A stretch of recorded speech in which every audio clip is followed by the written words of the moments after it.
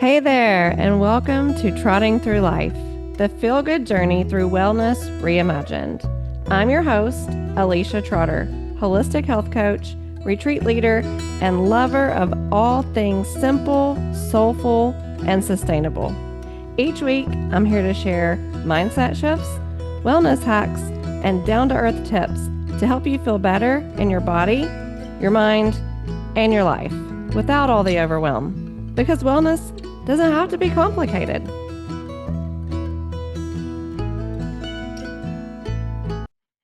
Hello, welcome. I'm Alicia Trotter, your host of Trotting Through Life.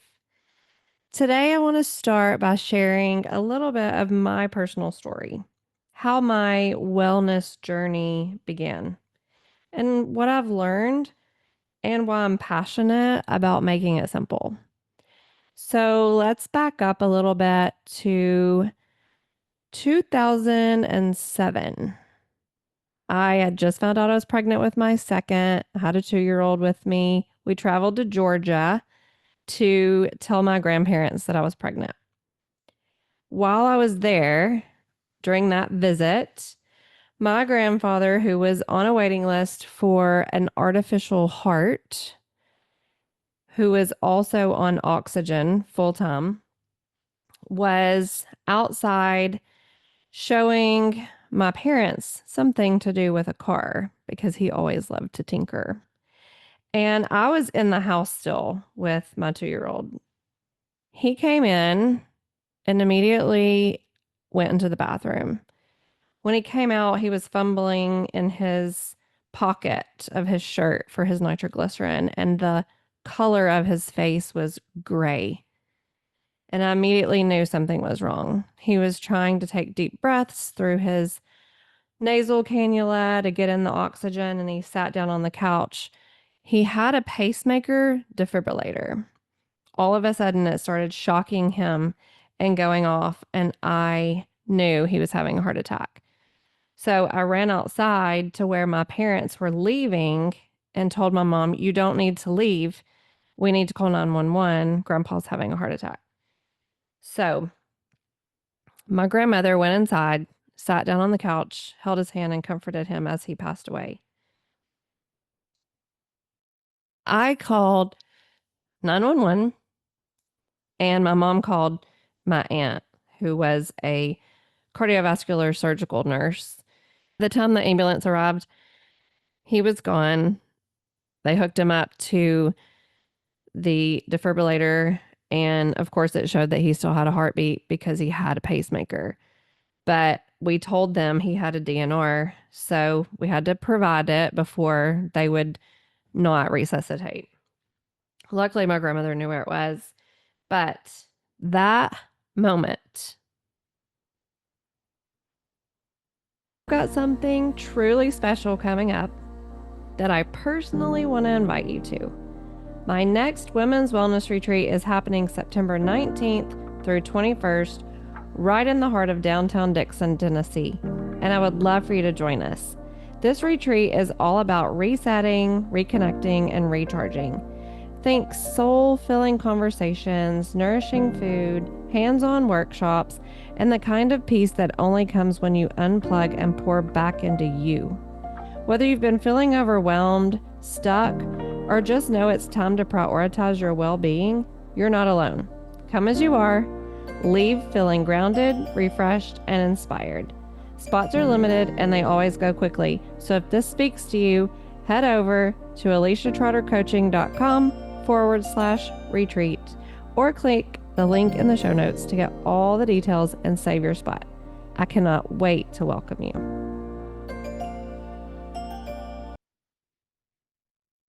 Spiked my cortisol and sent my adrenals into fight or flight mode, which at the time I didn't even know what that was.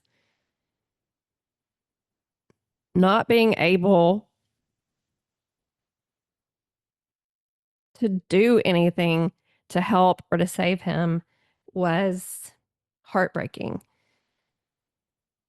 So fast forward to the time I had the baby, another little girl. And I didn't realize at the time that when you get spun into an adrenal fatigue moment, an adrenal rush, cortisol moment, and then you are also, say, pregnant, how devastating that is to the body. Maybe you've heard of the body keeps score, right? When there's trauma, when there's injury, the body keeps score. So have the baby, life goes on, but I am barely surviving. I'm losing weight at such a rapid pace that people are asking my husband if I have an eating disorder. I was eating tons of calories because I was starving, but because I was losing weight so fast and my breast milk supply was diminishing, the baby wouldn't take a bottle. It was just all of these things compiling on top of each other. And I did not realize that my adrenals still thought I was in the chase of a lifetime. So, what ended up happening was I was exhausted thinking it was from having a toddler and a newborn. And so I would wake up first thing in the morning, go straight to the coffee pot, brew that coffee, put the sugar and cream in it, and live off of that coffee until about lunchtime.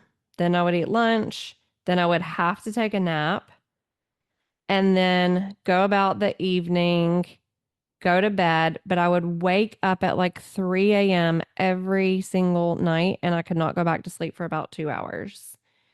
So the waking up not being hungry, the living off the coffee with sugar and cream, the need to take a nap every single day, and the 3 o'clock nighttime wake up that kept me awake for hours are all signs that I now know are high cortisol. That was a result of my adrenals thinking I was still in the fight of my life. So years going on of that, not knowing what it was or what to do is what led to insulin resistance, that then led to poor gut health. I ended up with an autoimmune disorder, celiac disease. So by the time I had seen doctor after doctor after doctor describing how I felt, telling them that I had such terrible anxiety that I felt like I was going to pass out, but I never did pass out, and them running all the labs on me, nothing was wrong with me, doing every test, basically making me feel like I was a crazy person. The end result was, here, take this anxiety medicine and everything will be okay. However, that did not really fix anything. So I went gluten free after I learned that I had celiac. That helped me slowly begin to gain back some healthier weight. But in the meantime of losing that much weight that fast and breastfeeding, I was left with no breast tissue. I weighed 105 pounds. So I decided I wanted breast implants. Go get the breast implants. And little did I know that those devices, number one, are not a lifetime device. Number two, come with a black label warning on them that I was never aware existed. I thought I had done my research and that saline implants would be the healthy option. So if they ruptured, it only leaked salt water into your body, no big deal. However, I did not think about, or did I know, that the silicone shell that held the saline in place was what would cause my body to have an immune response 24/7 from that day forward. So in 2015, still struggling with insulin resistance, a good friend of mine told me about a gut health supplementation company that also focused on blood sugar balance. So I thought I would give it a try. I ordered the pink drink, and like most people, I drank it a couple times, put the bag in my cabinet, forgot about it, never took it again. Didn't think it did anything for me. Still struggling for 2 more years. Someone else mentioned it to me again. I took another look at it and thought, What do I have to lose? I'll try it again. Started taking it along with their probiotic and magnesium because you see, at this point now, I was going between constipation or dumping and felt like my gallbladder was trying to go bad. I thought I was eating healthy, but I still didn't know a lot about nutrition and I wasn't really reading ingredients yet. So by the time that I really gave these supplements a good go, I started sleeping through the night. No more 3 a.m. wake up. I stopped being bloated all the time and was actually able to go to the bathroom in a normal, healthy way. Did not struggle with constipation. And my eyes got turned onto ingredients of our food. And with a child who had many food allergies, and then myself included, I decided I was going to make all of our own food as much as I could. We all started feeling so much better because we focused on gut health and we focused on blood sugar balance and we focused on reducing inflammation in our bodies. And that seemed like we had finally arrived. But what I have learned is that health is a journey. It is a lifestyle and it always is changing. So the reason I started my blog was to be transparent about my journey in hopes that other people who also felt like they couldn't find answers could have a place to see someone else who is also on the same journey, collaborate together, and maybe get some new ideas based off of the brick walls I had hit. I wanted to start this podcast because whenever I wrote my breast explant journey, which I will talk about in another episode, and published it onto my blog, since then I have been locked out of my dashboard and I can no longer write. So pivot, now I'll just talk about it on a podcast.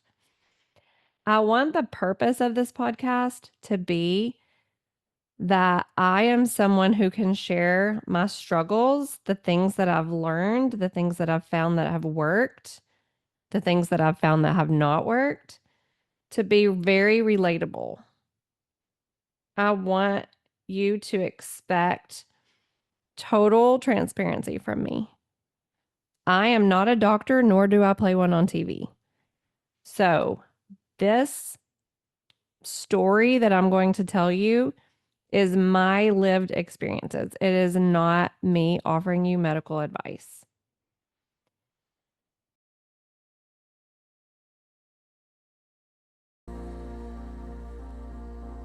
Hey, friend.